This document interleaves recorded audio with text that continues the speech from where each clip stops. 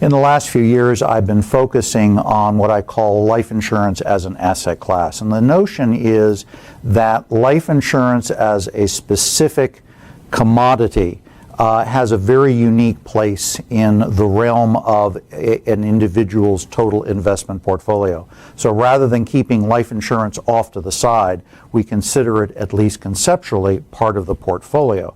What that's brought up for us is some interesting observations, is that when we look at the cash value part of the policy, cash value and death benefit for life insurance that's intended to be kept for a lifetime, that the cash value, when considered to be part of typically the fixed income component of a portfolio, certainly of a typical participating whole life policy, plays a very unique role. It actually is uncorrelated to all the other traditional asset classes. So it's uncorrelated to equities.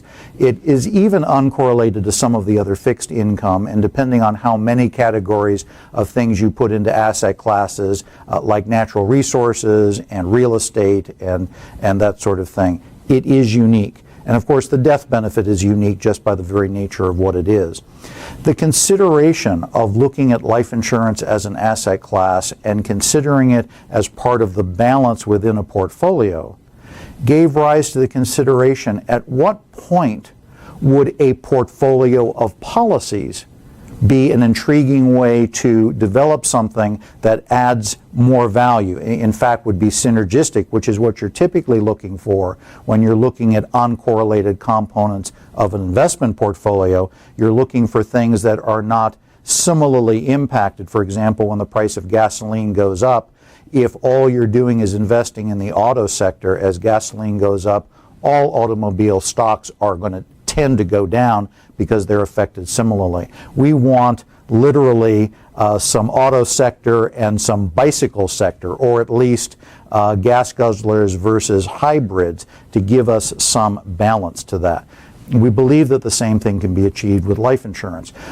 At the same time, we want to acknowledge that if we're going to talk about a portfolio of policies, which I've put a nickname to, I call it efficient choices, we want to acknowledge that, especially today, people are drawn to lowest premium.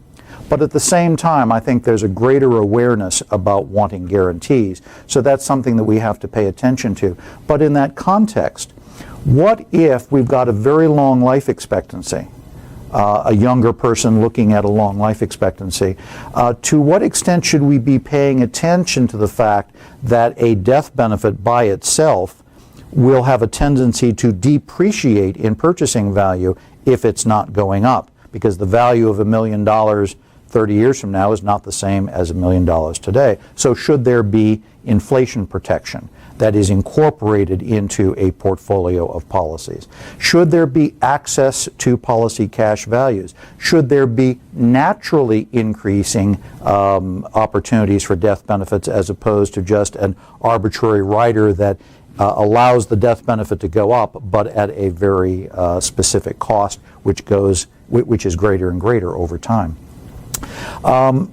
Ultimately, when we're thinking about portfolios, we have to ask the question, if it makes sense in an investment portfolio to have both cash, stocks, and bonds. Those are the classic asset classes that tend to be in a balance with each other with respect to what's happening in the outside environment. If that kind of diversification is appropriate in an investment portfolio, would it not be appropriate to have it in the mix of policies?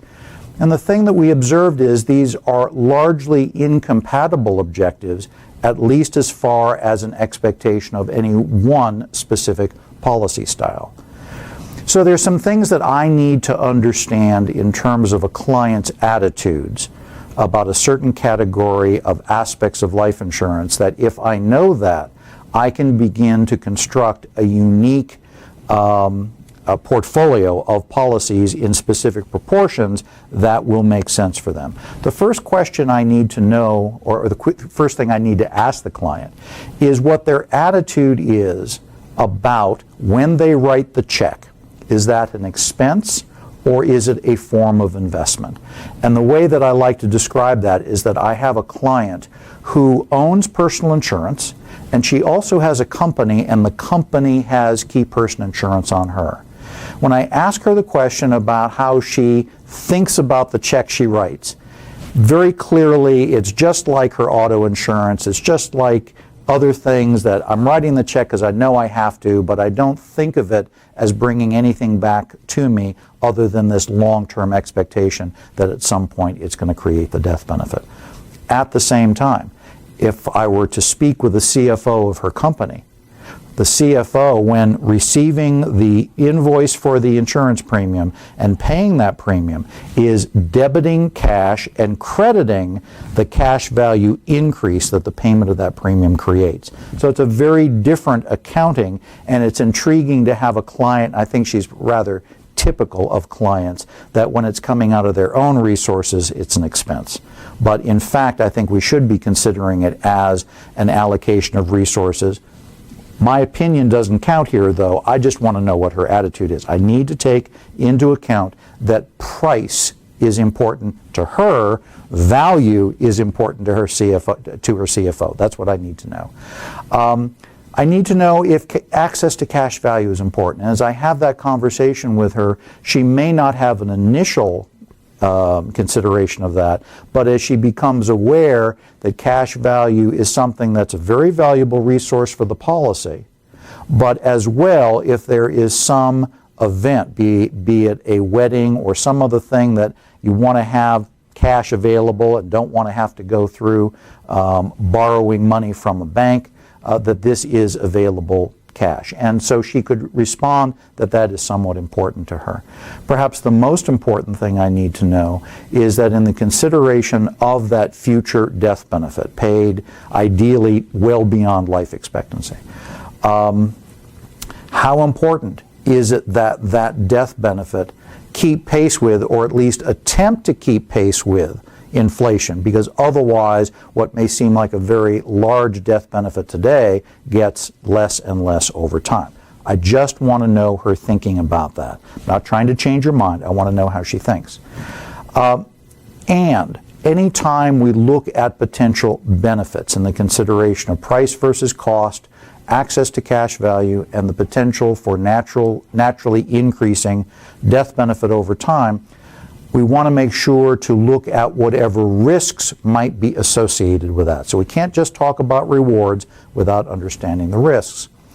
What I've done is put together this matrix that's on the screen, that what it allows me to do is to focus on a couple of these considerations and to look at some of the types or styles of life insurance that are popular for people who want to keep life insurance for their lifetime. So by that definition, we're not talking about term insurance. We're talking about the no-lapse guarantee universal life. We're talking about traditional universal life that has a crediting rate and whose cash value ideally accumulates over time. We're talking about variable universal life, and we're talking about participating whole life.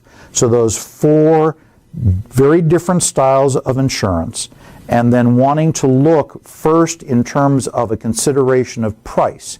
If I had a client who was only price focused, then it would make sense that their focus would go to the no lapse guarantee universal life, because that will always have the lowest price, and it's a guaranteed price, so that can be a very valuable commodity. And at the same time, whole life, by definition, is going to have the highest price. The amount that I'm writing that check for, that's going to be the highest. If I shift from a price focus to a cost focus, cost accounting, another word I like to use for it is value. I'm writing a check, but I get some value out of that. If we were to measure the value of writing a check and over time having accumulating cash values and in participating whole life, the potential for dividends, then the cost versus price completely reverses. The cost of no lapse guarantee is the highest. the cost of par whole life is the lowest because we brought in a different component. I want to also look at the potential for increasing death benefit, and what we know, it's simply a feature, it's not necessarily a disadvantage unless you don't focus on it, is that no lapse guarantee does not provide for an increasing death benefit over time. So it's a fixed death benefit, and if needs are not likely to go up, then that's fine. But often we find that there's a consideration about long-term death benefit and the desire for it to grow without realizing that that is missing as a quality for this particular style of insurance. So there's no opportunity for increasing death benefit in no lapse guarantee, and of course there's excellent opportunity in the par participating whole life. As dividends get paid, they're not guaranteed until they're declared, but as dividends get paid and by paid up additions, that's the vehicle for natural increases in death benefit. And after looking at those three qualities, price, cost, and the potential for increasing death benefit, I want to look at what are the inherent risks. Well, with a no lapse guarantee, there are nominally no risks because everything is guaranteed. There are no variables, no moving parts, if you will. There is an issue about the financial integrity of the insurance company, so I would suggest to someone that they consider buying from a company that has very high financial strength. But with respect to investment risk, there should be little to no risk there. With a par whole life, there's also no risk because the fundamental parts of the contract are guaranteed, but the dividend is not guaranteed, not until it's paid. And so we would say there's very low risk there, and the only risk as contrasted to that first category of no lapse is that we don't have that guarantee of the dividend. Variable, of course, by its very nature. We presume that variable is going to be used in a suitable situation for someone who's accustomed to taking risk, and the policy is optimized when you fund it enough and do put it mostly in equities, which means you have a lot of volatility. So there is risk and there is opportunity. I'm going to take the traditional universal life off the table of my analysis, both to make it simple as well as I can't really manage a traditional universal life very well because at least these days, all you can do is write a bigger check, but there's no other way to manage the product. So for simplicity and for the fact that I can't manage it well, for my analysis that I'm about to show you, I'm going to take it off the table. A quick summary. If I were focused only on lowest price, then I'm probably going to be talking about no lapse guarantee policies. If I'm talking to someone for whom best cost, best value is a consideration, where I'm taking the cash value into consideration, then both par whole life and variable universal life are going to be my likely choices. Access to cash value, whole life, and variable universal. The lowest risk index would be both the no lapse and the whole life. And upside opportunity is going to be variable and whole life. So we have a nice mix of different policy styles for whatever consideration the typical client might have in their expectations about insurance. And the idea of efficient choices is in bringing together a customized mix based on what the client tells me is important to them. That's where hopefully the magic is. We're all familiar with the traditional categories of risk tolerance, starting with conservative to balanced to aggressive and even very aggressive, even though I don't find too many very aggressive clients these days. And this risk index that I've referred to, we've essentially said we're going to go from 0 to 15, where 0 is a T-bill, absolutely ironclad guarantee, and 15 is the S&P 500.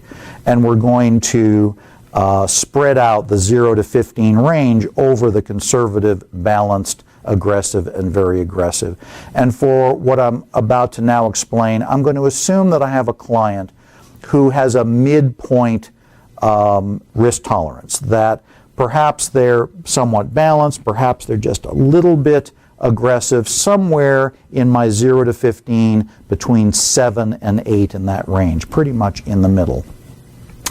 What you see on the screen is, in fact, that range from 4.68 to 7.86 is that range of balance. And the reason that they're in that particular specificity of numbers, is that they're not round numbers, they're in 2-digit decimals, is because we're going to relate that risk range to a range of combinations of these three policy styles: the whole life, the no lapse, and the variable. And what we're going to try to do is, with respect to a given risk tolerance, we're going to optimize the concentration of policies around two considerations.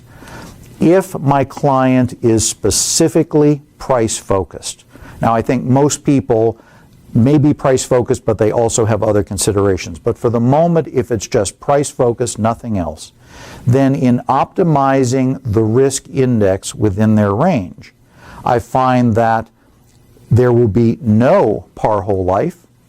We would probably start with roughly 50% no lapse guarantee and 50% variable universal life.